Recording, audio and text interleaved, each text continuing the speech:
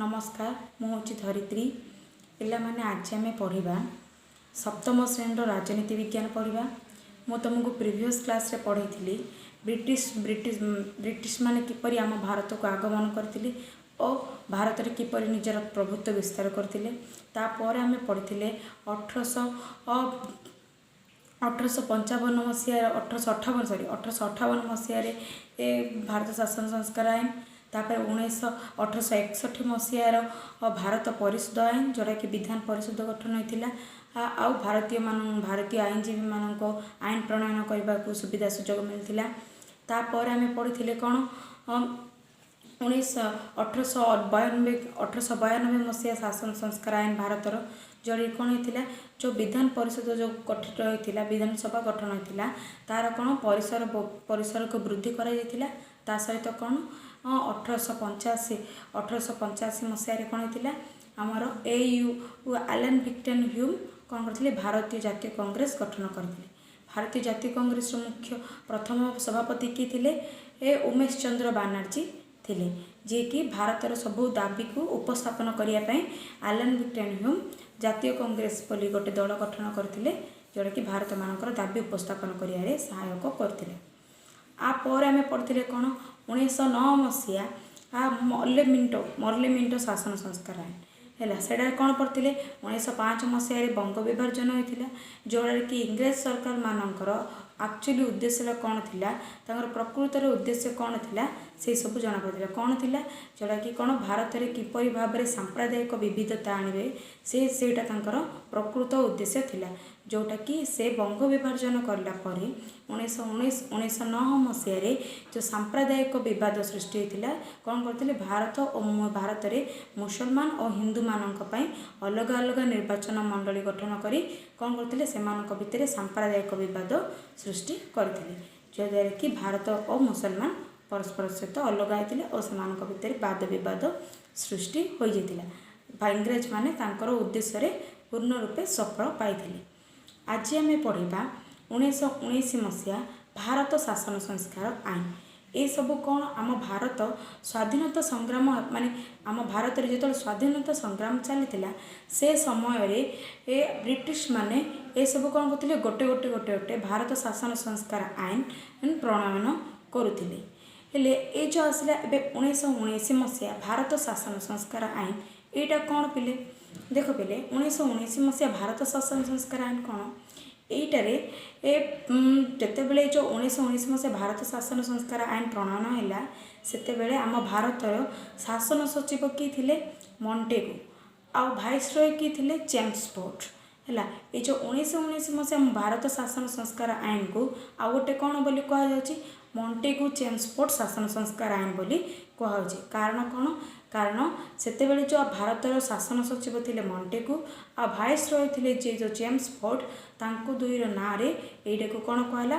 भारत शासन संस्कार आईन कहवा सहित आउटे कौन कहला मॉन्टेगू 1919 मसीहा मॉन्टेगू जेम्स फोर्ड शासन संस्कार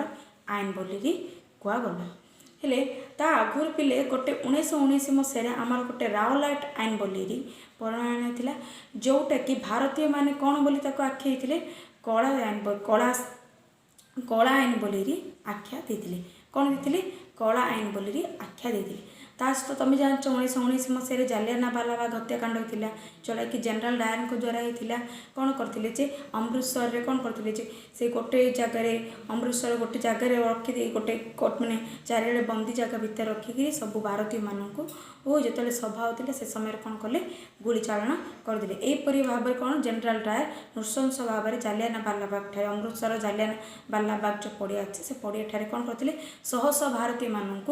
वो सेपरी नृशंस भाव में हत्या करते से कौन है से जो जगार जालियानवाला बाग पड़िया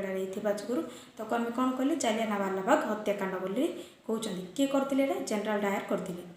हेले ये सबू तापर जो 1919 मसीहा मॉन्टेगू जेम्स फोर्ड आईन रे भारतीय ब्रिटिश माने भारतीय मानक कौन सब कले से कौन कौन प्रणयन होता कौन भारतीय मानक शासन प्रणयन होता जोटारे कि भारतीय मानक कौन था भारतीय शासन व्यवस्था को कौन करते द्वैत शासन व्यवस्था करते माने भारतीय मानकर क्षमता को दीटा क्षमतार विभक्त करते गोटे है संरक्षित आ गोटे है हस्तांतरित ए दुईटा क्षमतार भारतीय शासन व्यवस्था को विभक्त करते जोटा कि कौन कहला द्वैत सरकार बोली कहगला। यहपरी भाव में 1919 मसीहा मॉन्टेगू चेम्सफोर्ड आईन रे भारतर क्षमता को जो विधान परिषदर क्षमता अच्छी ताको कौन कराला दुई भाग में विभक्त कराइला विधान परिषदर क्षमता को दुई भाग जोटा कि हस्तांतरित आ गोटे संरक्षित यहपरी भाव में दुई भाग में विभक्त कराला। एबा आसिला कौन एबा आसिला कौन 1935 मसीहा भारत शासन संस्कार आईन 1935 मसीहा भारत शासन संस्कार आईन कौन पिला माने कौन है ब्रिटिश पार्लियामेंट कौन कला आउथरे सर तो 1919 मसीह रहे भारतर विधानसभा को दुई भाग में विभक्त कले जो द्वैत सरकार गठन कले 1935 मसीह कौन कले से आउ गोटे आउ थे गोटे भारत शासन संस्कार आईन होती जोड़ा कि कौन होती तार कि वैशिष्ट्य अच्छी कौन कौन से वैशिष्ट्य सबू प्रथमे कौन कले कि भारत को गोटे संघीय राष्ट्र बोली घोषणा कले हेले तुम मैंने समस्त जाच गोटे संघीय राष्ट्र में सर्वदा कौन हो केंद्र सरकार था आउ राज्य सरकार था सेटारे दुईटा सरकार थी जो आम कौन कहवा से संघीय राष्ट्र व्यवस्था बोली कहवा हेले इंग्लिश ब्रिटिश पार्लियामेंट कौन कले भारत को गोटे संघीय राष्ट्र रूपे विवेचना बा परिगणित कले तापर कौन कले तार जो ब्रिटिश तो जिते जो भारत में जो जिते सब आईन प्रणयन होता से सब जो आईन प्रणयन संशोधन आदि परिवर्तन किसी करने कि प्रणयन जदि नुआ आईन किसी प्रणयन करने को कि से आईन किसी संशोधन करने को कि परिवर्तन करने को चाहिए किए करते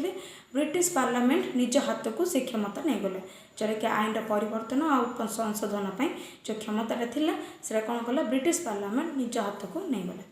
तापर कौन है जो विधान पर जो 1919 मसीहा जो विधान 1919 मसीहा जो विधान परिषदर जो दी भाग करते गोटे हस्तांतरित आ गोटे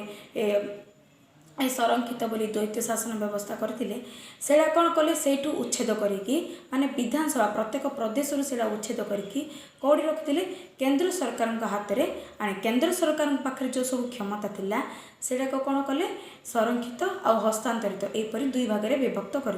जो प्रत्येक राज्य पाखे जो थिला से कौन है केंद्र पाखे आणिकी दी भाग में केंद्र क्षमता को दी भाग में विभक्त करदे जोटा कि हस्तांतरित क्षमता आ गोटे कौन संरक्षित क्षमता यहपरी भाग में दी भाग में विभक्त है। तापर कौन है सांप्रदायिक विविधता सांप्रदायिक प्रतिनिधि आरंभ है सांप्रदायिक प्रतिनिधि मान कौन मुसलमान मानकर